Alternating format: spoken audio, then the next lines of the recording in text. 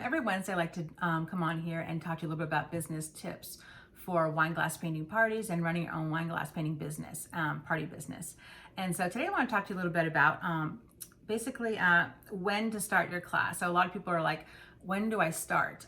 Some people are walking in late, or how much time do I give? So basically, if everyone arrives on time or early, then you can have everything ready, and if everything's set, then you can go ahead and start the class at the normal time. You would say, example, 7 o'clock. If the start time is 7 o'clock, go ahead and start at 7 o'clock. If everyone's already there, if all your supplies are set up and you're ready to go, by all means, definitely start at 7 o'clock. But more oftentimes than not, whether even if it's an online class or in-person class, sometimes people will be running late. So it's a pretty common thing for people to be running late.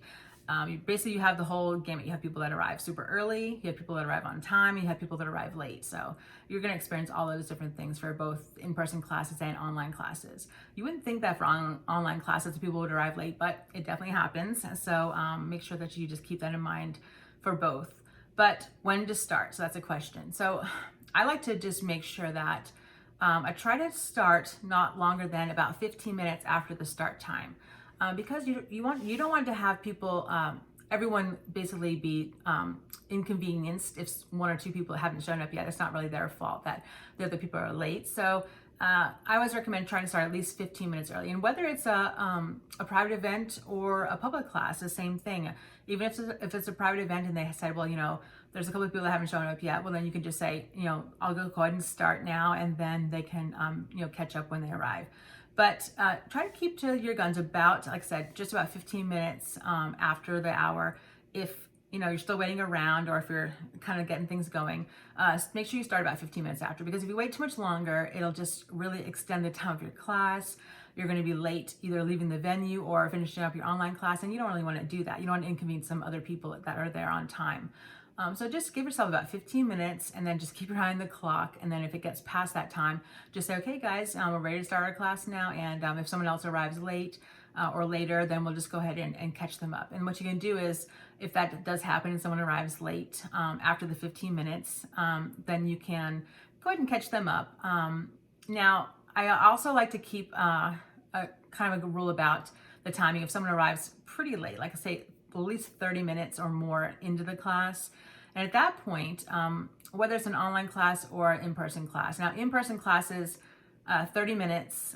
After that, it really is a little hairy, because at that time, you've really gone through a good amount of things that you've already started, and you're pretty far along. So it might be a little harder to catch them up with that. So I recommend, if it's after 30 minutes, you can also say, well, I'm sorry that we've already gone to pretty far in the class, so I'll give you another time to come back, and it kind of stinks for that person, but again, I also arrived pretty late, so you can let them know that they can come back to another class and have the full experience when they come back to another class, and then that's usually works pretty well.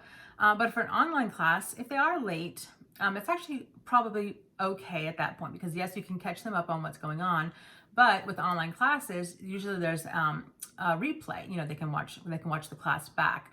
So it's not really that big of a deal for online classes, because again, they can go back and watch the beginning and catch it up, or they can even just watch the rest of the class and then start it over again and do it themselves.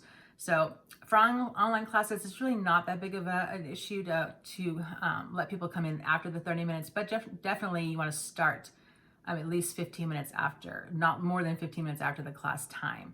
And again, that's both for in-person and online classes. So anyways, I just want to go over those tips about when to start your class. And it kind of helps you, because you don't want to be, delaying and not knowing when to start. So I know a lot of people ask me that, when to start. So now you guys know those tips. And I will see you guys next week for some more business tips. Thanks. All right, bye-bye.